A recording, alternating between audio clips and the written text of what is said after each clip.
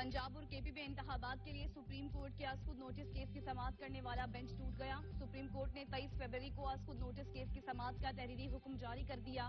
تحریری حکم نامے میں جسٹس منصور علی شاہ، جسٹس یحییٰ خان افریدی، جسٹس مندوخیل اور جسٹس اطہر من اللہ کے ایڈیشنل نوٹ۔ معاملہ نئے بینچ کی تشکیل کے لیے چیف جسٹس پاکستان کو بھجوا دیا گیا۔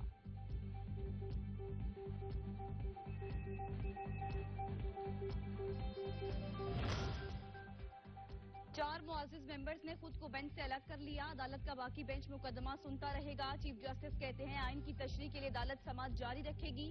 آئین کیا کہتا ہے اس کا دار و مدار تشریح پر ہے۔ جب تک حکم نامہ ویب سائٹ پر نہ آ جائے جاری نہیں کر سکتے۔ جسٹس جمال مندوخیل کا نوٹ حکم نامے سے پہلے ہی سوشل میڈیا پر آ گیا۔ مستقبل میں احتیاط کریں گے کہ ایسا واقعہ نہ ہو۔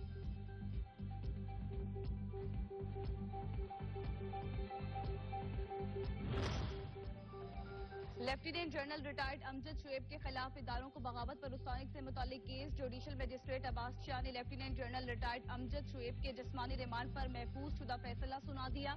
عدالت نے امجد شعیب کو 3 روزہ جسمانی ریمانڈ پر پولیس کے حوالے کر دیا۔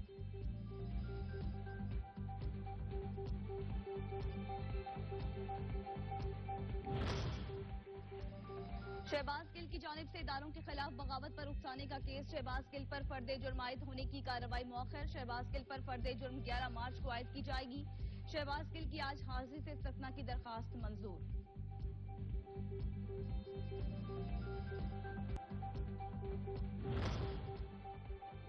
عمران خان کے خلاف اقدام قتل کی دفعات کے تحت درج کیس میں ضمانت میں کل تک توسیع کر دی گئی۔ اسلام آباد کی مقامی عدالت میں عمران خان کے خلاف اقدام قتل کی دفعات کے تحت درج کیس کی سماعت ہوئی۔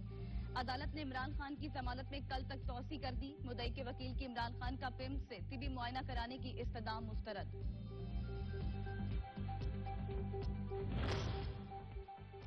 اور چیئرمین پی ٹی آئی کی توشہانہ کیس کی سماعت جوڈیشل کمپلیکس منتقل کرنے کی درخواست بھی مسترد کر دی گئی۔ عدالت نے کہا کہ ہمارے پاس اختیار نہیں کہ ایک کورٹ سے دوسری تک بیٹھ سکیں۔ ایڈیشنل سیشن جج ظفر اقبال نے متفرق درخواستوں پر محفوظ فیصلہ سنا دیا۔